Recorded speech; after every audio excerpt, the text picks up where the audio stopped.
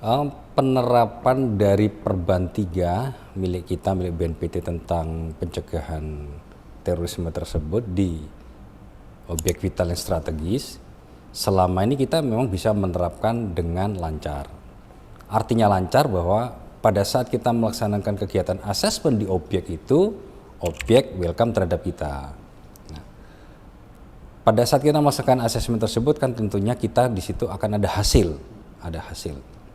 Nah, hasil itulah kemudian yang menjadi sebenarnya yang menjadi pertanyaan besar. Apakah hasil itu ditindaklanjutin, rekomendasi-rekomendasi ditindaklanjutin oleh objek atau belum, atau sudah, atau tidak sama sekali. Nah, itu.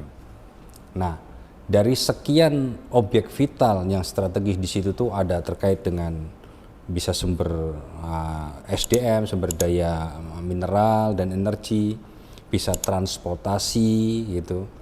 Kemudian belum yang fasilitas lingkungan yang lainnya juga ada di situ. Ada objek-objek vital yang menindaklanjutin temuan dan ada objek vital yang belum maksimal menindaklanjuti temuan tersebut.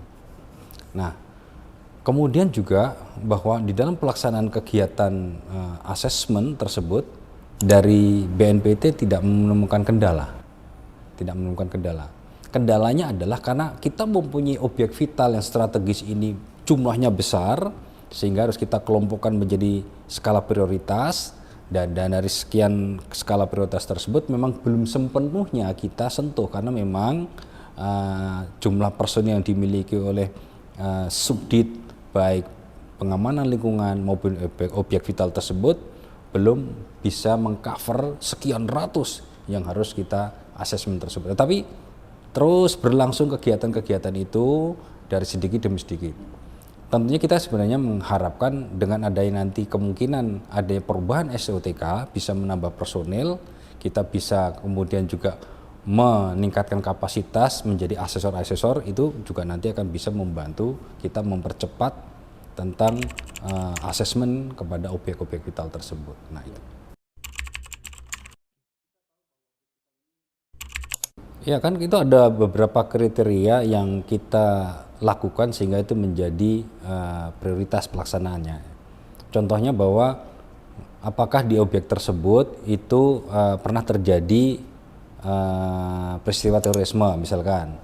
Kemudian sesuai dengan IRT yang diluncurkan oleh BNPT tentang wilayah-wilayah yang dimensi target maupun dimensi pelaku. Kemudian apakah kemudian di tempat tersebut sudah melaksanakan kerjasama dengan kita?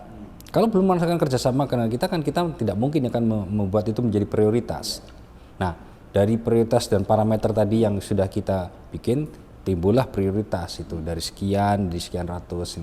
Nah itu yang sekarang ini di objek vital ya, yang mungkin ada beberapa yang lupa, yang sudah kita laksanakan ya dengan Pertamina, dengan PLN, kemudian dengan Underbow-nya ya, Pertamina dengan Underbow-nya, kemudian dengan PT Pupuk Indonesia, kemudian juga dengan transportasi itu dengan bandara udara, baik yang dikelola oleh Kementerian Perhubungan maupun dikelola oleh Angkasa Pura dan beberapa yang lain itu.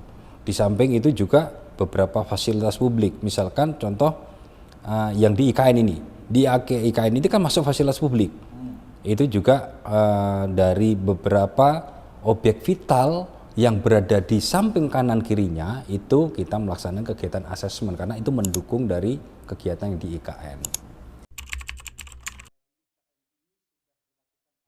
Kalau di IKN di venue-nya memang belum pernah, kenapa? Karena pembangunan itu masih berlangsung. Kalau pembangunan masih berlangsung kan kita nggak bisa mengasesmen. Nah kemudian mulai tanggal 10 informasinya bahwa semuanya tidak ada lagi kegiatan di IKN. Jadi kalau di venue-nya memang BNPT belum melaksanakan kegiatan asesmen. Karena kendalanya tadi waktu awal Juli ataupun akhir Juni kita ke sana, pembangunan masih berlangsung. Nggak bisa kita mengasesmen apa yang di asesmen. Di situ belum ada yang akan dijadikan venue itu batasnya seperti apa, penanggung jawabnya apa, kan belum. Padahal kalau kita melakukan asesmen itu jauh hari sebelum hari H, kenapa? Apabila ada temuan, ada rekomendasi, itu biar bisa ditindaklanjutin oleh objek. Tapi kendalanya seperti itu. Nah, namun tempat-tempat sekitarnya yang itu menjadi daerah pendukungnya itu kita asesmen, contoh Bandara Samarinda, Bandara Balikpapan, kemudian PLN Bukit Asam-Asam itu menjadi suplai ke IKN, itu udah kita asesmen. Terus perhotelan. Karena apa di hotel? Karena di hotel itu nanti untuk menginap kegiatan para kementerian-kementerian lembaga yang akan turun ke sana. Ada 3 hotel yang di sana yang kita sudah melakukan asesmen tersebut.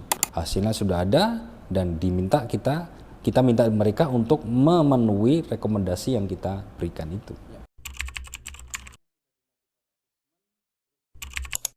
Kalau antisipasi kita adalah bahwa kita melaksanakan koordinasi dengan Intel BNPT. Kemudian juga koordinasi itu tertuang dengan rapat yang dipimpin beberapa kali oleh misalkan contoh di Pangdam, itu kan kita diundang. Di Putih 1 pencegahan juga diundang. Nah itu juga menjadi langkah antisipasi yang bisa kita sampaikan. Karena kan BNPT itu kan tidak bisa melakukan pengamanan yang sifatnya mendeploy personil, karena kita kan nggak ada. Tapi kita memberikan perlindungan. Sebenarnya perlindungan itu apa bentuknya? Ya kita membuat perban, kita melaksanakan perban, itulah bentuk perlindungan kita kepada mereka.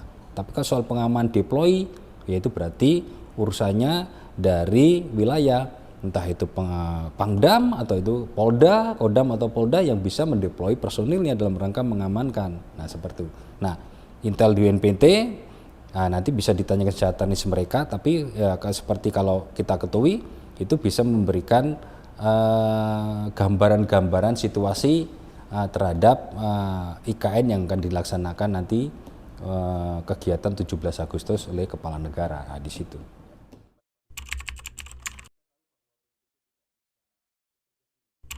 Ya, memang BNPT itu mempunyai tool yang baik, yaitu Perban 3 tahun 2020. Itu tool untuk apa tool itu? Tool itu sifatnya mencegah dan mitigasi terhadap potensi terjadinya tindak pidana terorisme. Kepada siapa? Itu kepada objek vital yang strategis. Itu kan kalau kita tarik ke atas itu kan merupakan salah satu variabel dari kesiapsiagaan nasional. Perlindungan sarana prasarana. Perlindungan sarana prasarana itu apa? Sarana prasarana itu berupa objek vital yang strategis dan fasilitas publik. Nah, objek vital strategis tadi itu tempat-tempat di mana itu contohnya menjadi hajat hidup orang banyak, mempunyai nilai ekonomi sosial budaya kepada negara. Nah, kemudian fasilitas publik ada tempat-tempat yang digunakan bagi masyarakat untuk melayani. Ya, semuanya itu bisa perkantoran, bisa sektor swasta gitu. Nah, upaya yang sudah dilaksanakan BNPT sebenarnya sudah runtut nih. BNPT sudah bikin perban ini. Perban itu, makanya perban itu kita sosialisasikan kepada kementerian negara, kementerian lembaga yang mempunyai objek vital dan fasilitas publik tersebut. Nah, di situ yang kita lakukan.